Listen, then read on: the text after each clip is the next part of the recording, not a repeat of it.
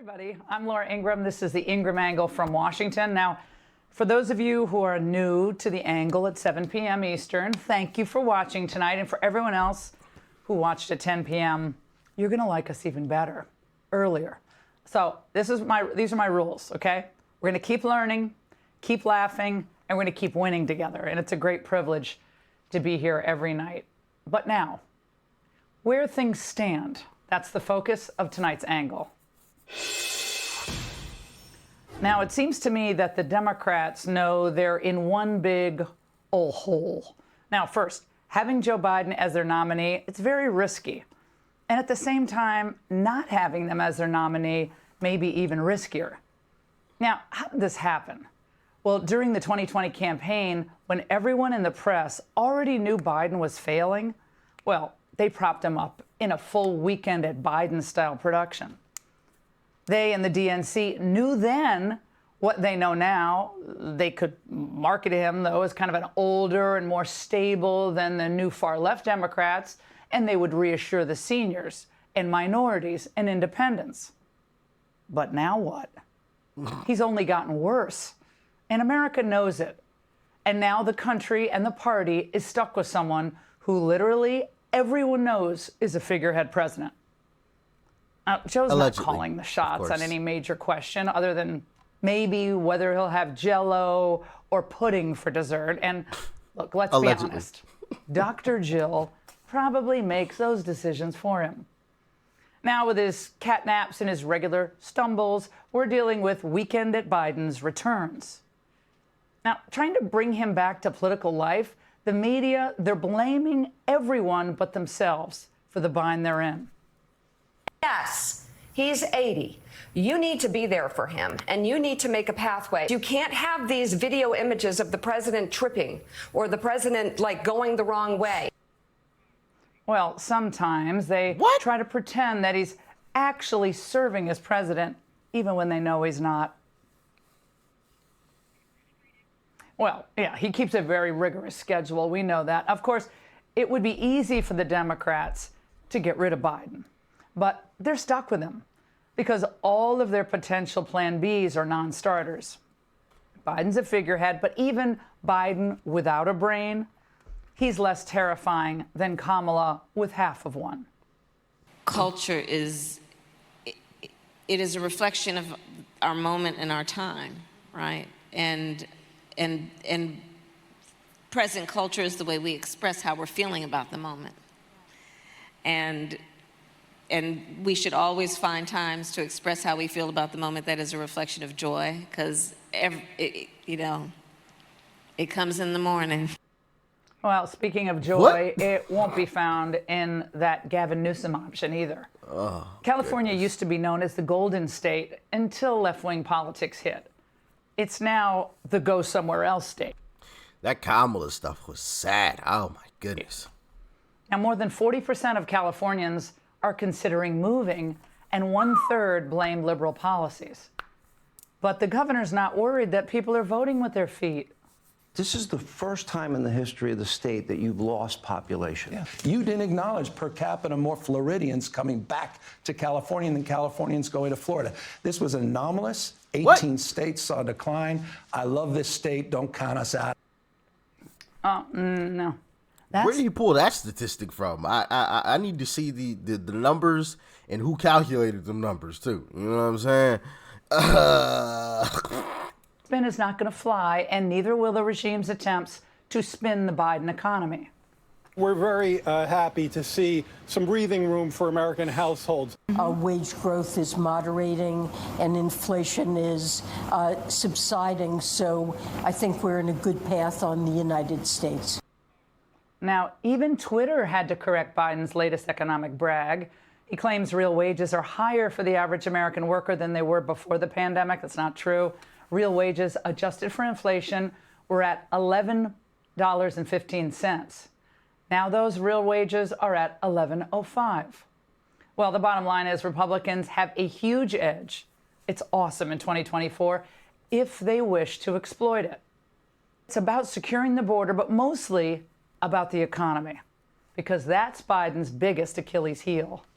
Here's the dilemma for the White House. So they clearly need to do a better sales job, especially in talking about things like the strong job market, the fact that inflation eased. What the White House can do is, one, is hope that things continue to get slightly better. And then you've got to basically explain, and explain. Essentially educate. Oh, we need to educate, and people can't. Educate on what? How terrible things are? How expensive things have become? What are they going to educate us on? How much money we have to spend to live now? I mean, my goodness. I think we already know that. We don't need any education on that. Look at their own bank statements, Richard. Okay. Well, at least Biden has an MSNBC panel to augment his comms team. That's good.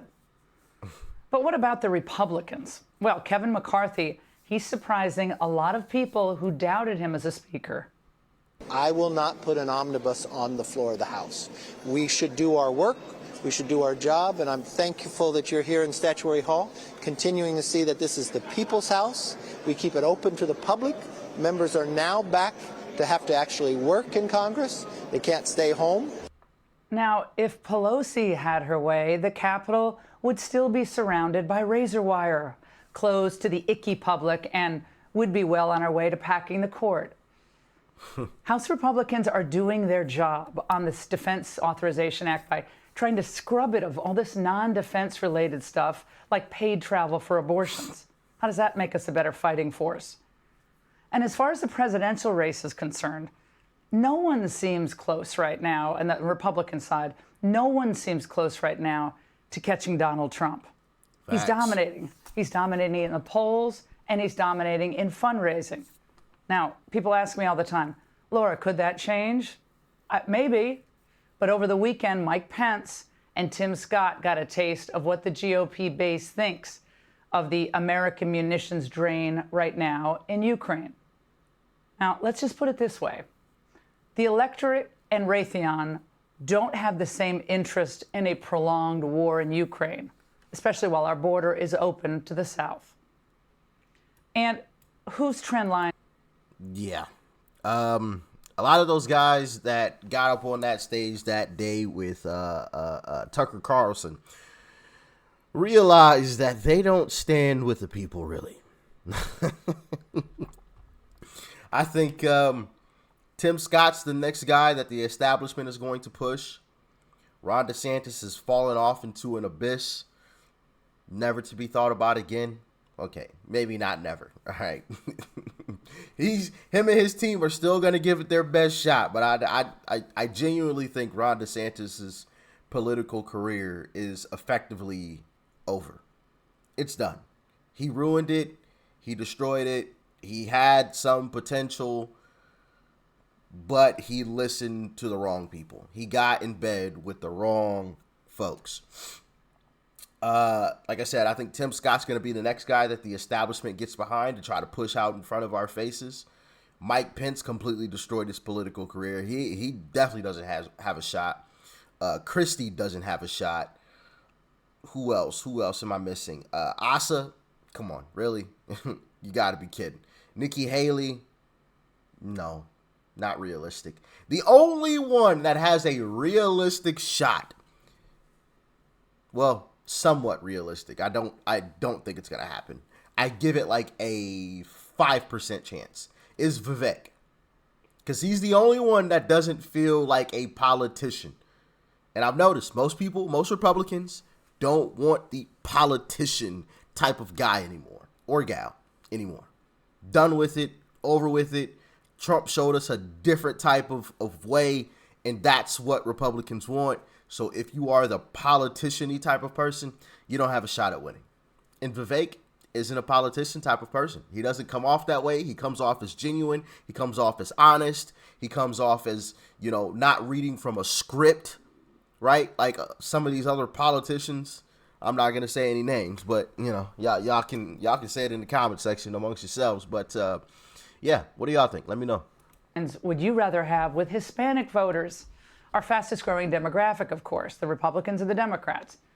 Well, Hispanic support for Democrats slid from 72% in 2018 to 60% in 2022. And obviously, DeSantis, he showed massive appeal in his state with Hispanic voters, even in traditionally dominated counties like Miami-Dade. Impressive stuff. All right, here's the bottom line with my creaky voice. If you live in a part of America that's governed by Republicans, you have really good reasons to be optimistic because your businesses are growing, your schools are most likely not controlled by radicals, and you're not getting hammered with unnecessary taxes. But if you live in California, or you live in New York, or Illinois, or any place governed by the radical left, you not only have to deal with a failing Biden administration, you have to watch your state grow more and more fringe radical at the same time and less competitive. Now, in 2024, the Republican Party, and I'm going to say this a lot, so you might get tired of it, but, you know, it matters. So I'm going to say it a lot. This has to be a no state left behind strategy. No urban America left behind and no American state left behind. That means all 50 states. Because people want to be happy again everywhere in the United States, including in the blue states where a lot of them are miserable. So conservatives have the answers. Now we just need to get the votes. I made it through, and that's the angle. All right. Yeah, I definitely agree with that statement there at the end. It has to be a state by state in all states type of campaign in 2024 for Uncle Trump. He needs to go state by state, and almost even more so to some of these blue states, especially a state like New York, where we saw Kathy Hochul. Is it Hochul or Hochul? I think it's Hochul. Whatever. You guys know who I'm talking about.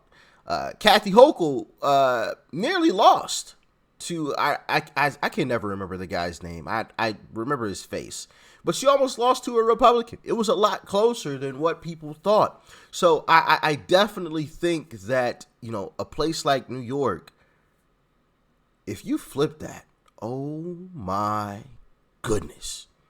Could you imagine, you know, them bringing up the map and showing that New York went red? Woo! Talk about a great video.